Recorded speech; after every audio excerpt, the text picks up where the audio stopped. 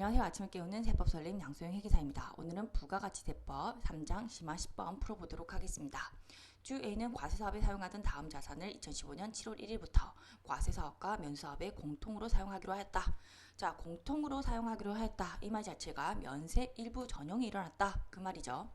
다음 자료를 이용하여 주 A의 2015년 제2기 부가가치세 확정신고 시 자산의 면세사업 전용과 관련된 부가가치세 과세표준을 계산하면 얼마인가? 자, 면세 일부 전용의 경우에는 맨 마지막에 단기 면세 공급가액 비율을 곱해주는 거죠. 자료에 2번 보시면 공급가액 자료가 나와 있습니다.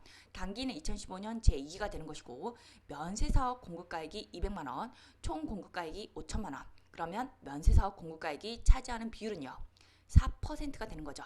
자, 면세 공급가액 비율이 5% 미만일 경우에는 과세 표준은 없는 것으로 보죠.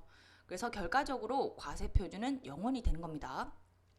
자, 그렇지만 우리가 공부 목적으로 처음부터 풀어보도록 하겠습니다. 1번 보시면 2015년 7월 1일 현재 자산 보유 내역은 다음과 같다. 단 취득 시 매입세액은 모두 공제되었다. 표에 보시면 건물과 기계장치가 나와 있습니다.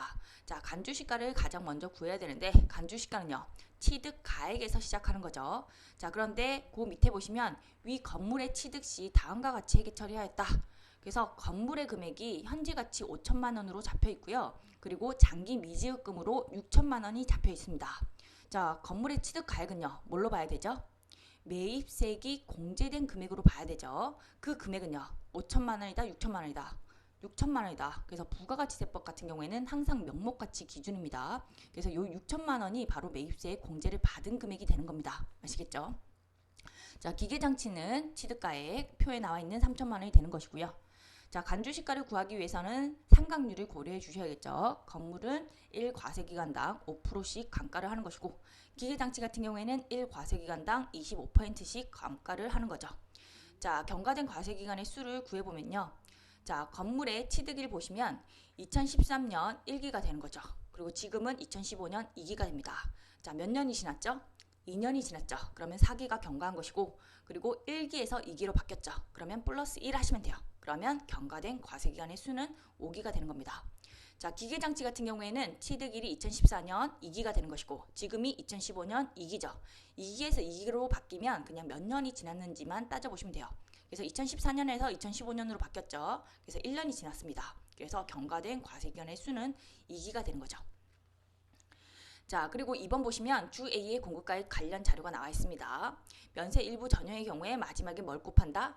단기 면세 공급가액 비율을 곱합니다. 단기는 2015년 제2기가 되는 거죠. 자, 요 자료를 보시면 면세사업 공급가액 비율이 4%가 되는 거죠. 4%면 그냥 빵프로로 본다. 그렇게 생각하시면 돼요. 자, 이제 문제풀이 들어가도록 하겠습니다.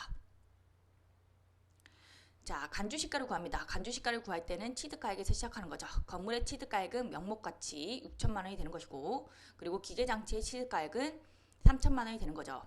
자, 여기에 상각률을 적용을 하시면 되겠죠. 건물 같은 경우에는요. 자, 상각률이 자 5%가 되는 거죠. 그리고 기계장치 같은 경우에는 상각률이 25%가 됩니다.